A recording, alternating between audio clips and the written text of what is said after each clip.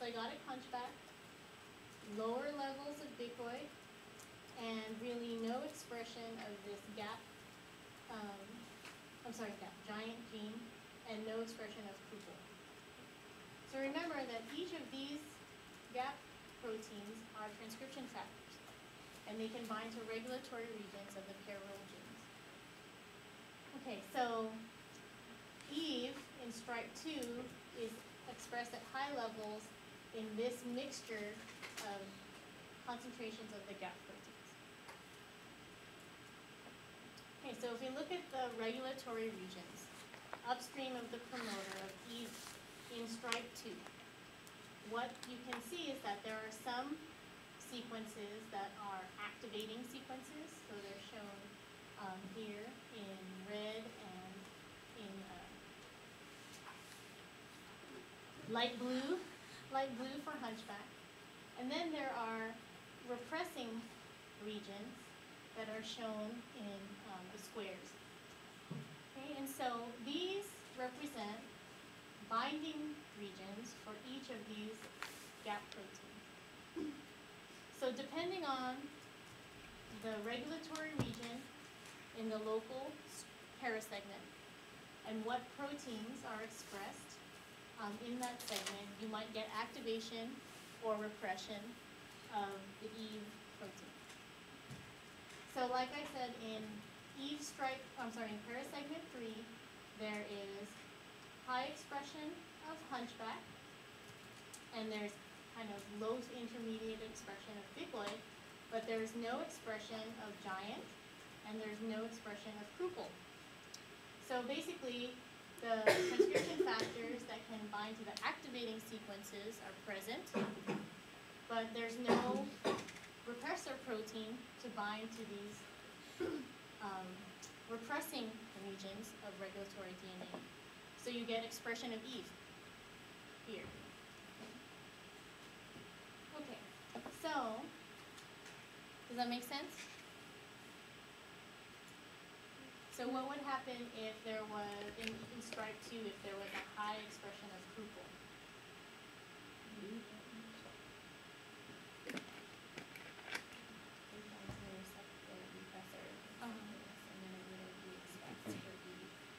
Or it could be expressed at lower levels, right, than the wild type.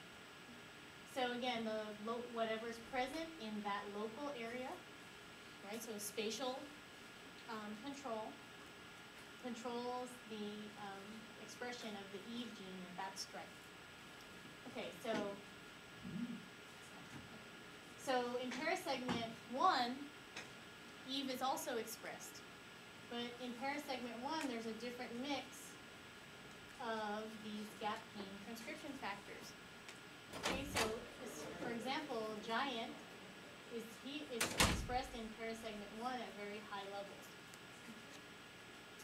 So if Eve is supposed to be expressed, or Eve is expressed in parasegment 1, right, and if you know what this local concentration of gap proteins is, what do you predict the regulatory region of, for Eve in stripe 1 to contain? More activating regions, more repressing regions, or could you design one? So you could have more activating. Right. So essentially, in each stripe, the expression of Eve is controlled by a different set of regulatory regions. So each stripe is unique. And we know this because of experiments like this. So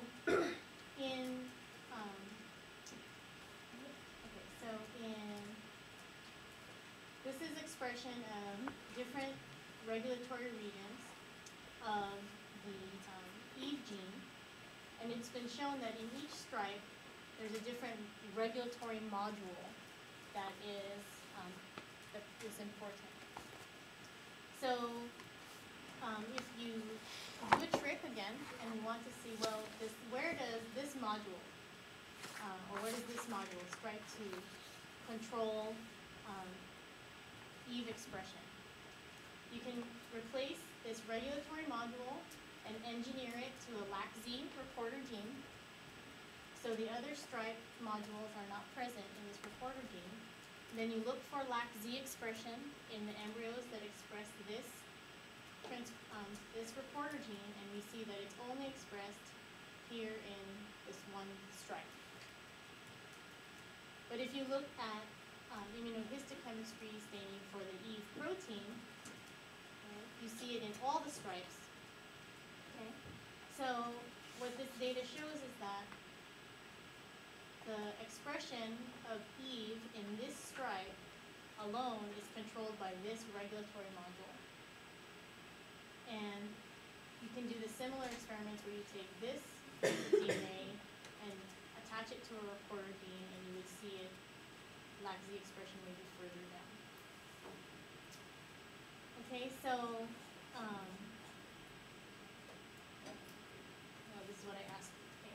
So this is more for you to think about. Okay, so each regulatory region for the parallel genes is going to have a different set of activating and repressing regulatory regions.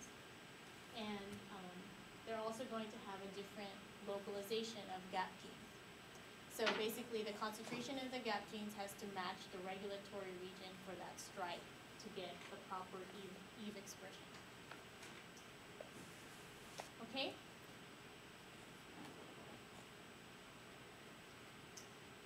Okay, so parallel genes are important because they define the 14 parasegments, and then they go on to activate the set of genes called the segmentation genes.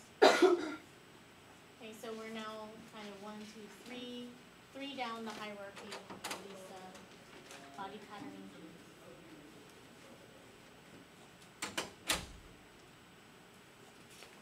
Okay, so just to kind of step back and to remind you where we are during Drosophila development. Okay. So we've gone from a zygote to syncytial blastoderm in 2 hours. And remember, at this stage, those cell membranes have not surrounded the individual nuclei that have migrated to the periphery. And the parallel genes start to be expressed during this transition. So going from the syncytial blastoderm to the cellular blastoderm. And once the cellular blastoderm has been established, all those local concentrations of proteins that were kind of floating in one big, huge cell in the syncytium are now trapped inside individual cells because now there are cell membranes that are surrounding all these individual nuclei. So you're starting to cement the patterning based on the local protein concentrations at this stage. Also, at the cellular blastoderm stage, you start to get the process of gastrulation being formed. So this is when we see the dorsal and ventral sides being specified. We see dorsal going into the nucleus on the ventral side. And last time I showed you, or in previous lectures, I showed you this diagram that shows you that in insects, on the ventral side is where you start to see the ectoderm being folded in, and you start to see the mesoderm and the endoderm. And so what we're going to see is that all of this body patterning and these different protein concentrations are important because the gastrulation, the tissues start to fold in, and you start to get the formation of organs. Okay, so we're going to talk about gastrulation a little bit, and then we'll go back to our discussion of the different genes. Okay, so I showed you this the last time. This is immunohistochemistry staining of a protein called TWIST. It's expressed mainly in the ventral region of the embryo, and then over time, so this is the earliest time, this is the latest time, you start to see folding in of the TWIST expressing genes, and this is the beginnings of gastrulation. Okay.